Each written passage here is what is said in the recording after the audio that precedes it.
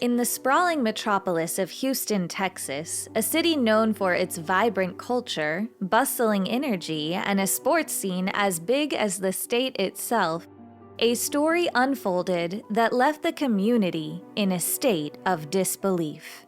Here, in this city of opportunity, Antonio Armstrong Sr. had carved out a name for himself that was nothing short of legendary. A former NFL player, Armstrong was more than just an athlete. He was an icon, a mentor, and a role model. His influence reached far beyond the gridiron, touching lives in ways that transcended the game. But Armstrong wasn't the only one in his family with a promising future. His son, A.J. Armstrong, was a young man on the rise, excelling in academics and sports alike. The community saw him as a chip off the old block, a young individual destined for greatness, much like his father. It was against this backdrop of success and promise that a night in 2016 would shatter the Armstrong family and leave the Houston community grappling with an unimaginable tragedy. In the quiet heart of Southwest Houston, on the night of July 29, 2016, a story was unfolding that would shake the community to its core. A.J. Armstrong, who was 16 years old at the time and the young son of a former NFL star, was caught in a whirlwind of events that no one could have predicted. Huddled in a closet on the 3rd floor, and a voice thick with fear, he made a frantic call to 911 at 1:40 a.m. He'd heard gunshots from his parents' room, and though he saw no strangers in the house, the weight of the situation was palpable. The police, upon their arrival, were met with a scene that tugged at their very souls. Dawn Armstrong, always radiating love and kindness, had tragically fallen to a fatal gunshot. Beside her, Antonio Armstrong Sr., a man who had once dominated the football field, was battling for his life, each breath a testament to his will. Sadly, by the next day, he would join his wife in eternal rest. The quiet of the night had been a cruel illusion, masking a tragedy that left a family broken and a community in shock. The questions piled up, each one more troubling than the last. And as the investigation began, the search for answers promised to be anything but straightforward. Court records painted a puzzling picture. Detectives found no evidence of forced entry into the Armstrong residence on that fateful night. A.J. himself admitted to turning off the house alarm while speaking to the 911 dispatcher. More intriguingly, a .22 caliber handgun was discovered on the kitchen counter, accompanied by a chilling note. "I have been watching for a long time. Get me." Further investigations revealed 2 pillows riddled with bullet holes, consistent with the caliber of the found gun. There was also a bullet hole in A.J. Armstrong's bedroom. Yet, when interviewed, A.J.'s demeanor struck detectives as oddly detached. Despite being aware of his parents' tragic fate, he remained unemotional, as per court records. Houston Police Sergeant 𝗙𝗵𝗿𝗀𝗍𝗍 shed light on some of the crucial findings that shifted the narrative. The absence of any signs of forced entry, combined with the discovery of a bullet hole in the ceiling of the Armstrongs' bedroom, began to narrow their focus. Armstrong Jr. soon emerged as a prime suspect in the eyes of the investigators. The evidence seemed to mount. Brewer, delving deeper into the timeline of that fateful night, pointed out that an upstairs motion detector had registered movement at precisely 1:09 a.m. Further inspection of the master bedroom revealed 3 shell casings adding another layer to the already intricate puzzle. The alarm tells us more than just that the killer came from inside the house. The alarm tells us that the killer came from upstairs. Fast forward to 2020, and a 23-year-old A.J. Armstrong was still proclaiming his innocence. In a candid interview with KTRK, he asserted, "I didn't do it." He emphasized the consistency of his stance since the incident, stating, "I've been adamant about that since the moment everything happened. I've said I didn't do it. I'll never change from that because I know it's the truth." In a bold move, AJ launched a federal lawsuit against the Houston Police Department, accusing them of fabricating evidence to incriminate him. Additionally, while in the midst of the swirling allegations and mounting evidence, Armstrong Jr.'s defense team presented a counter-narrative, challenging the police's focus on their client. They pointed to a glaring absence of direct forensic evidence linking Armstrong Jr. to the crime scene. There was no blood, no DNA, no fingerprints, and notably, no gunshot residue tying him to the tragic events of that night.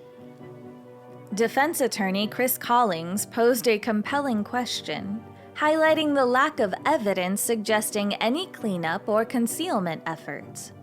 Where are the wet towels, the wet sinks, the wet showers? Anything that would show that somebody cleaned themselves off or tried to hide evidence. It's not there, he emphasized. The defense did not stop there. They criticized the police's approach to the investigation, accusing them of prematurely zeroing in on Armstrong Jr.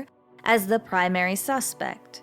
Within 11 minutes of going into that house, before any evidence was processed, before they knew anything about the crime scene as far as forensics, before anything, they made up their mind that he did it, argued defense attorney Rick DeToto, underscoring the perceived rush to judgment. Adding another layer of complexity to the case, the defense also drew attention to Armstrong Jr.'s older brother. Living in close proximity, he had the access codes to the Armstrong residence. Moreover, his struggles with mental illness were highlighted, suggesting that he could have played a role in the tragic events. The defense's strategy was clear: to sow seeds of doubt and ensure that every avenue of investigation was explored. The legal proceedings have been fraught with uncertainty. The initial trial in April 2019 ended inconclusively, with the jury deadlocked after 2 days of testimonies.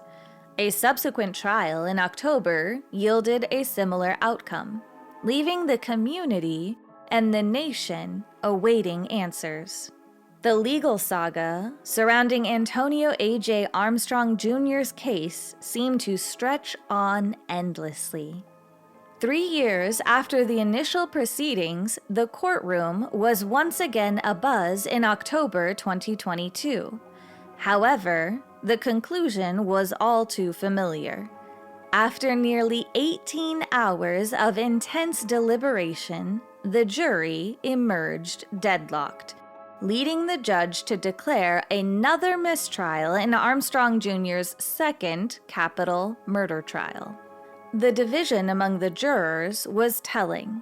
Defense attorneys revealed that this time around, 8 jurors were convinced of Armstrong Jr.'s innocence, while 4 believed he was guilty. This was a stark contrast to the first trial, where the majority, 8 jurors, had leaned towards a guilty verdict. Defense attorney 𝗙𝗵𝗿𝗀𝗋, reflecting on the prolonged and tumultuous journey of the case, expressed his frustration and desire for resolution. It has been 6 years, 2 trials, and 40 to 50 witnesses. And it's cost probably millions of dollars in expenses by the district attorney's office. "It is time to let this young man go," he passionately stated. The case, with its twists and turns, has taken a toll not just on Armstrong Jr., but also on the community, the legal teams, and everyone involved. The question remained, would there ever be a definitive conclusion? A year after the previous trial ended in a mistrial, the Houston courtroom was once again the epicenter of high drama in August 2023. The capital murder trial of Antonio A.J. Armstrong Jr. resumed, and this time the atmosphere was thick with anticipation and tension. The courtroom had been transformed into an almost surreal stage, a vivid reenactment of the Armstrong family home where the tragic events unfolded in 2016. The stakes had never been higher. With the weight of 2 mistrials behind him, Armstrong Jr., now 24, was staring down the possibility of life imprisonment if convicted. The community, the legal teams, and all those closely watching were on edge, bracing themselves for what might be the concluding chapter in this prolonged legal saga. In a dramatic move, prosecutors meticulously recreated the bedroom where Antonio Sr. and Dawn Armstrong met their tragic end, using mannequins to represent the deceased couple.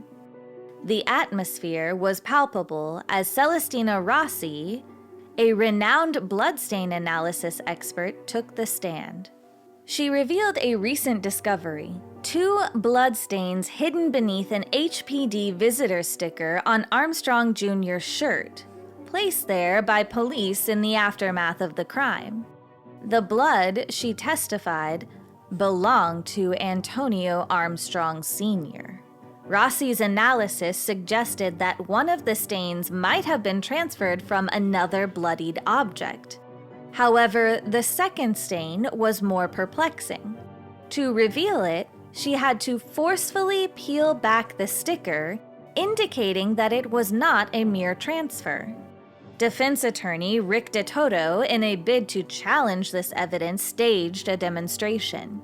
Using the actual murder weapon, Antonio Sr.'s .22 pistol, and the life-size mannequins, he aimed to show that if Armstrong Jr. had been the shooter, blood would have inevitably spattered onto him.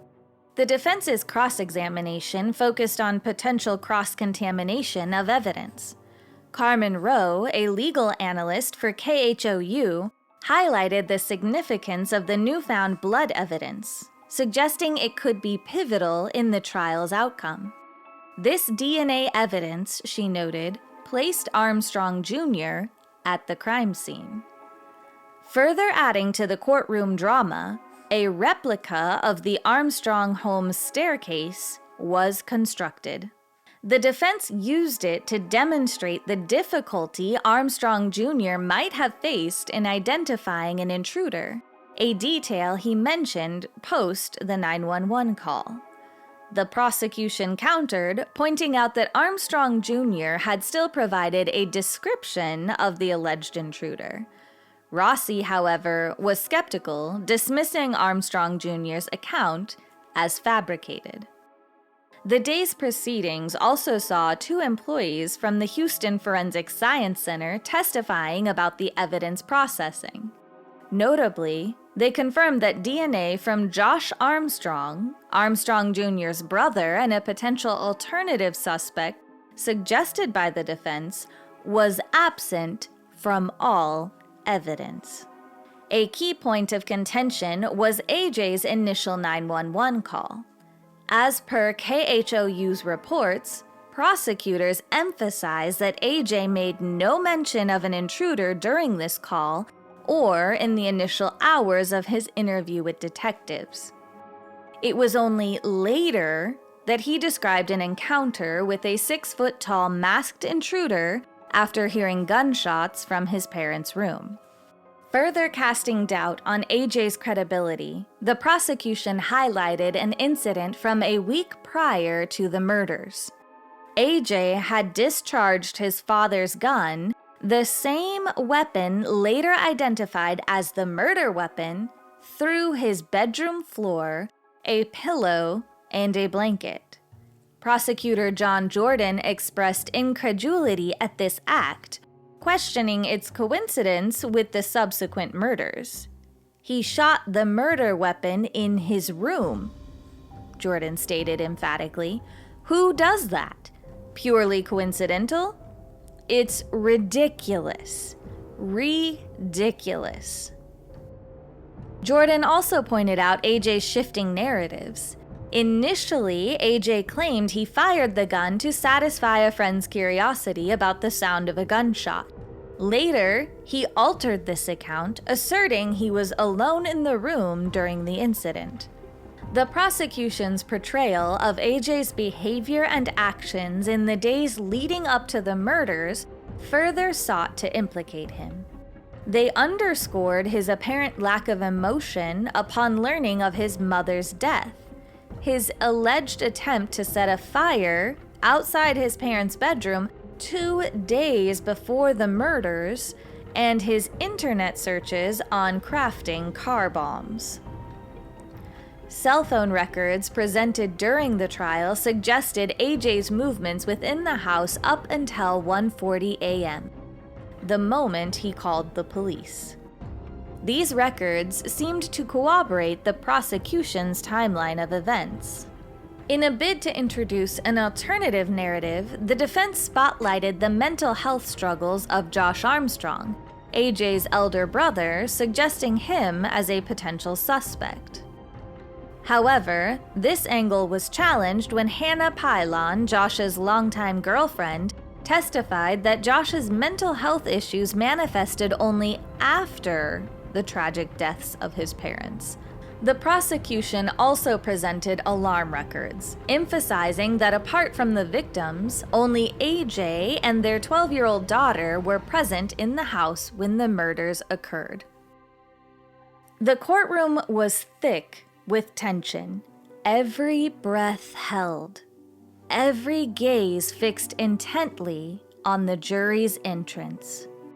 The wooden benches, worn from years of use, creaked under the weight of anxious onlookers.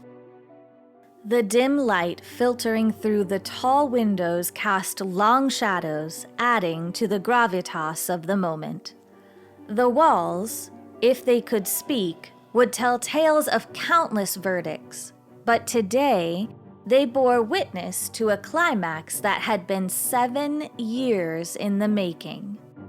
Hours had turned into days as the defense and prosecution battled fiercely, each side presenting their case with fervor and conviction. The attorneys, with their sharp suits and sharper arguments, had left no stone unturned, no detail unexamined. The jury, entrusted with the weighty responsibility of determining a young man's fate, had been sequestered for what felt like an eternity. The suffocating hours of deliberation had stretched the patience and nerves of everyone involved. And then the moment arrived. The heavy doors swung open, and the jury filed in, their faces inscrutable, betraying no hint of the decision they had reached. The room was so silent, you could hear the soft rustling of papers, the occasional cough, the heartbeat of anticipation. The foreperson stood, a piece of paper clutched tightly in hand.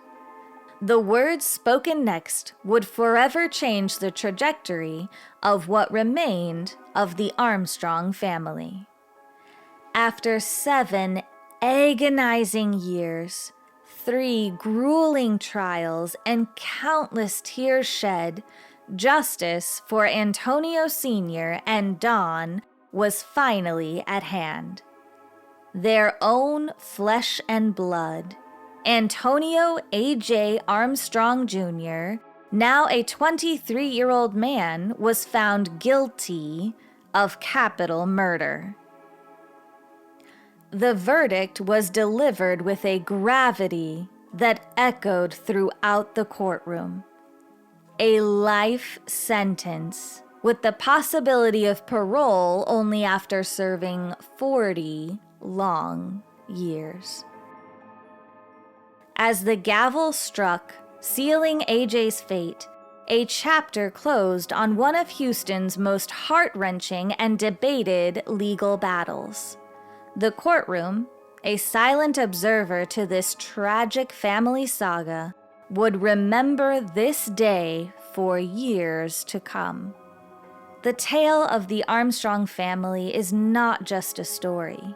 It's a heart-wrenching symphony of love, loss, and the haunting echoes of what might have been.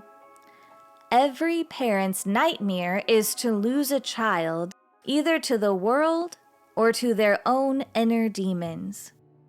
Let their story be the catalyst that compels us all to hold our loved ones closer, to listen not just to words, but to the silent spaces between them. Until next time, friends, subscribe for weekly true crime stories.